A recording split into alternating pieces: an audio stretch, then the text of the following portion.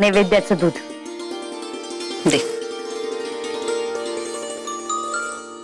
काय ग, सौरभ उठला की नाही? 8:30 वाजले. त्याला ऑफिस आहे ना आज? अगं ती तिघ आत्ताच आलीत पहाटे. तिघ? कोण तिघ आणि कुठे गेले होते? राधा, सौरभ आणि यश. म्हणजे? अगं एक पाटील नावाची सिरियस पेशंट होती. यश रात्रभर तिकडेच थांबला होता हॉस्पिटलमध्ये, काही न खाता पिता.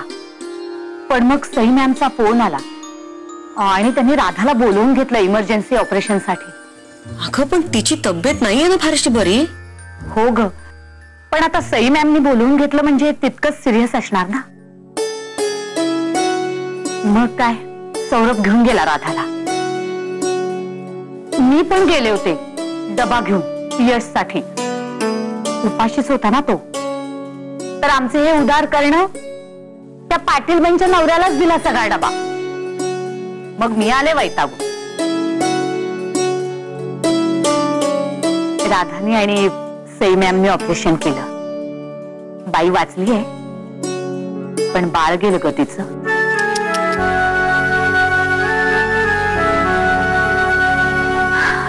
आता पहाटेच आलेत तिघ जण, झोपलेत. बर, यश उठले ना की त्यांना उपमा गरम करून दे. मी बघते खूप दमतायत ते. आणि हो, त्यांना चेक डिपॉझिट करायला सांगितलंस ना, म्हणजे घर आणि दुकान सोडून घेता येईल. यश नोकरी करतोय आणि तो म्हणतोय की त्याला त्या नोकरीत आनंद आणि समाधान मिळते. पण त्यासाठी नोकरीच कशाला करायला हवी? दुकान सांभाळूनही त्याला हॉस्पिटलमध्ये जाता येईल, पेशंटशी गप्पा मारता येईल, त्यांची सेवा करता येईल, नाही का? बरोबर आहे तुझं.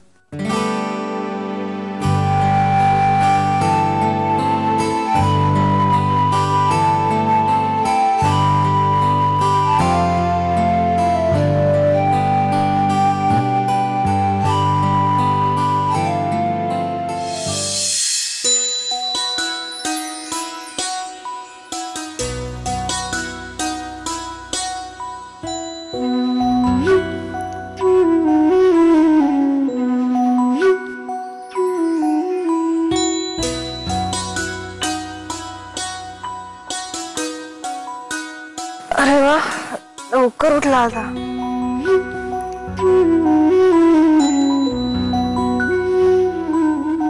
अरे बापरे, 10 वाजले. मलाच उठायला उशीर झाला.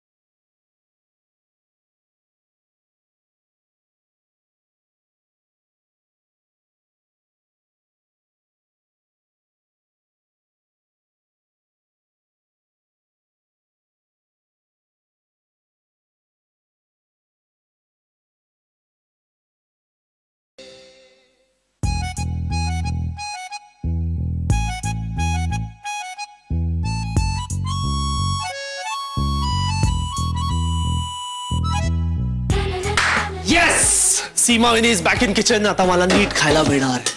वाह मजा आहे. काय करतेस? मी काय करणार बाबा दुसरं? स्वयंपाक. मी काय डॉक्टर आहे का इंजिनियर? हा, असं काय बोलतेस? तू ना एक्सलंट होम मेकर आहेस. होम मेकर आहे की होम ब्रेकर आहे कोणास ठाऊक. प्लस सगळ्यांनाच मी नकोशी असते. हे काय नवीन खूळ घेतलंय डोक्यात? घरातल्या प्रत्येकाला तू हवी हवीशीस. अगं म्हणून तर सगळे आणायला आलो होतो ना तुला. सिरियसली सांगतो. प्रत्येक जण असा थांबला होता, कधी येते सीमावहिनी, कधी येते सीमावहिनी. पुरे उगीच गोड बोलू नकोस. गोड काय किंवा तिखट काय, आता यानंतर 3 महिने असणार आहे कुठे मी बोलायला.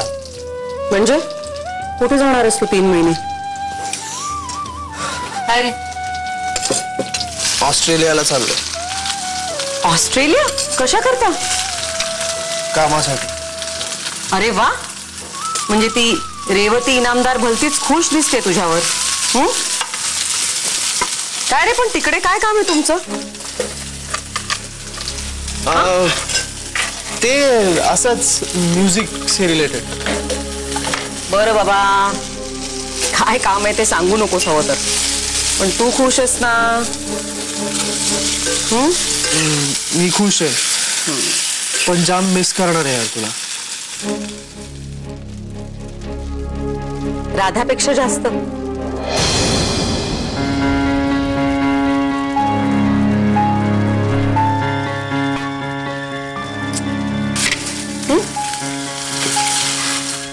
थोडक्यात काय, आता तू कोणत्याच बाबतीत राधापेक्षा कमी नाहीस. राईट? असं का बोलतेस सीमावहिनी? अगं तुला घरी आणण्यासाठी राधा सगळ्यात जास्त तळमळत होती. आम्हाला सगळ्यांना एकत्र करून तिकडे घेऊन यायचं प्लॅनिंग राधाचं होतं. खरं सांगतोय, बोल ना तिच्याशी. हे बघ, तेवढी एक गोष्ट सोडून तुम्हाला बाकी काहीही सांग सौरभ. पण का? मला कारण तर कळलं पाहिजे ना. कारण सांगते ना, या घरात माझं वर्चस्व टिकून राहावं म्हणून. झालं?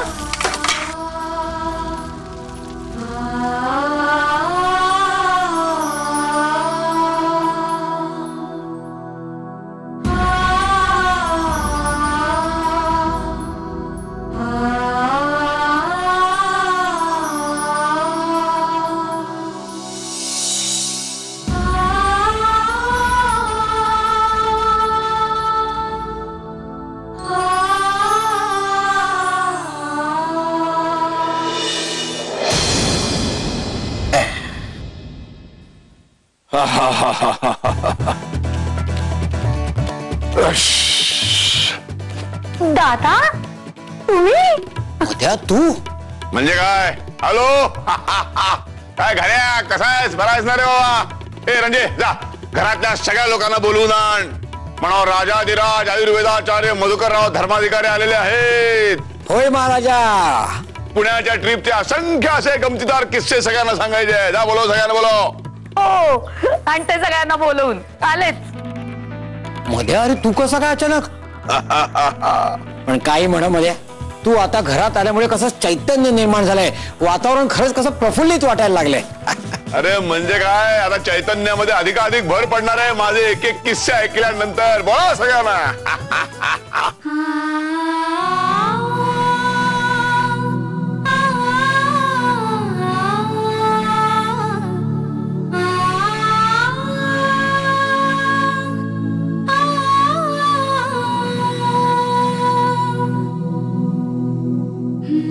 सौरभ, हा? उपमा खाणार आहेस ना? हो आणि कॉफी? हो चालेल ना.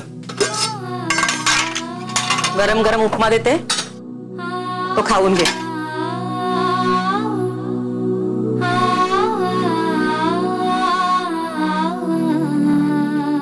खाऊन घे रे. हो.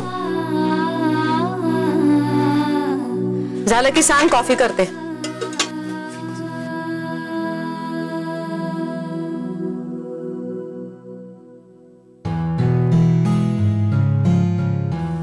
उभी काय, बस ना.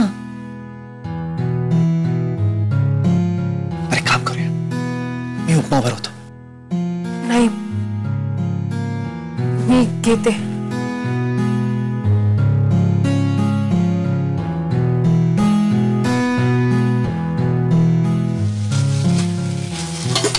माझी भाजी करून झाली की मी बाहेर जातेच आहे. मग करा काय हवं ते. मी काही मदत करू का? काही गरज नाही. कशी मनास सावरी एक नदी ती बिचारी सावलीचे गीत गाता साजती आसवे उरी क्षण मौनात विरते शब्द बोले तेजी भारी उरे तरी ओठांवरी कृष्ण नाव जन्मभरी कृष्ण नाव जन्मभरी राधा बावरी राधा राधा बावरी राधा. एवढी भाजी झाल्यानंतर मी बाहेर जाणारच होते. एवढा पण धीर धरत नाही. सीमावहिनी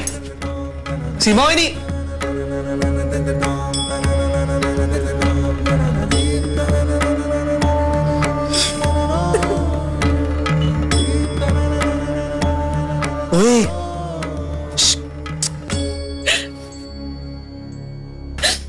आपलं काय ठरलंय? काहीही झालं, कोणी कसंही वागलं ना तरी आपण रागवायचं नाही, आपला मूड ऑफ होऊ द्यायचा नाही. आणि स्पेशली तू नेहमी आनंदात राहायचं. प्रॉमिस? सीमावहिनी आजी सोडून दे ना.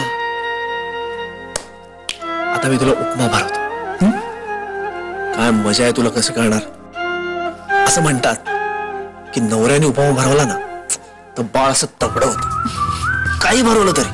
खा खा, खाऊन बघ. ओ बेबी स्माइल, क्या बात है.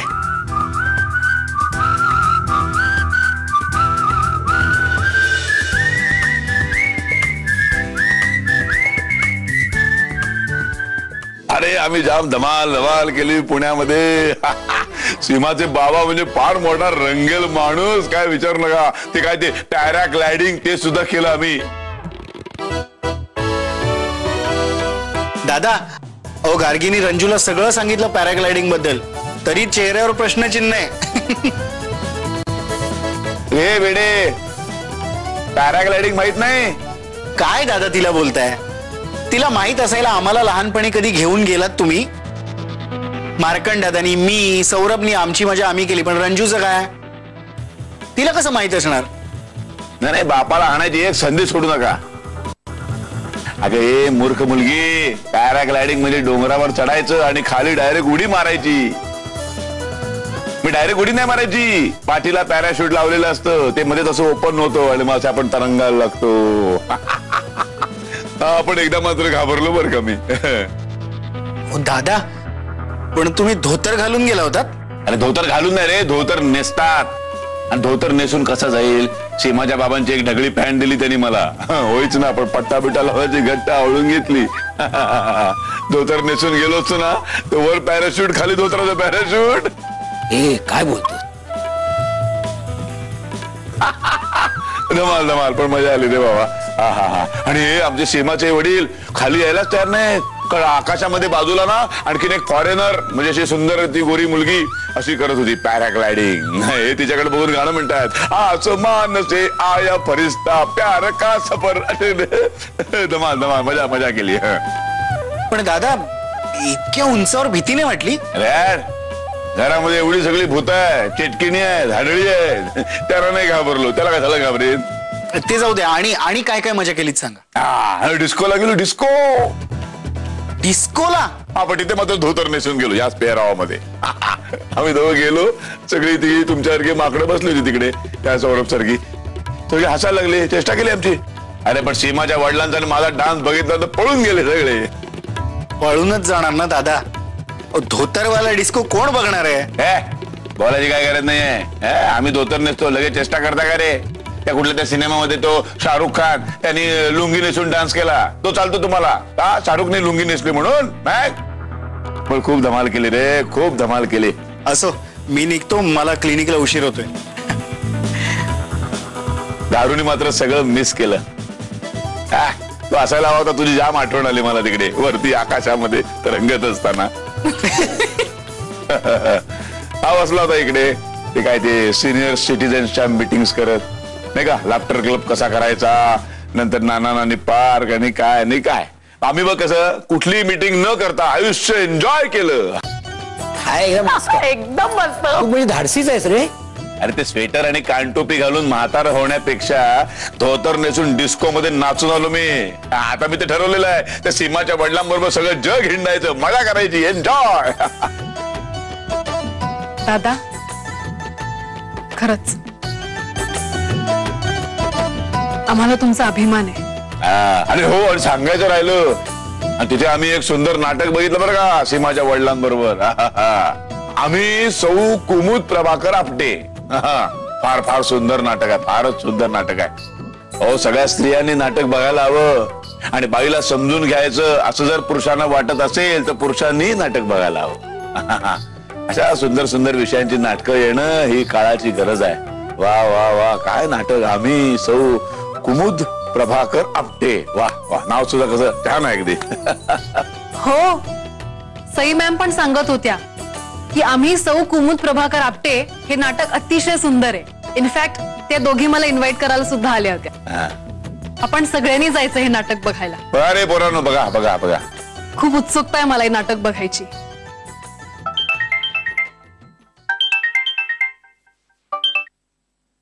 हॅलो, काय झालं? बोल ना, काय झालं? मॅडम, डॉक्टर ज्योतीने पॉयझन घेतलंय. काय?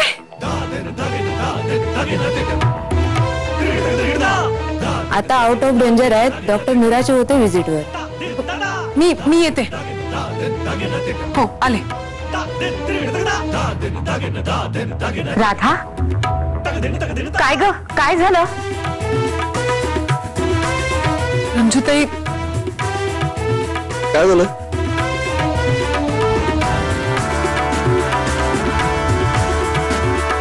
ज्योतीने आत्महत्या करण्याचा प्रयत्न केला.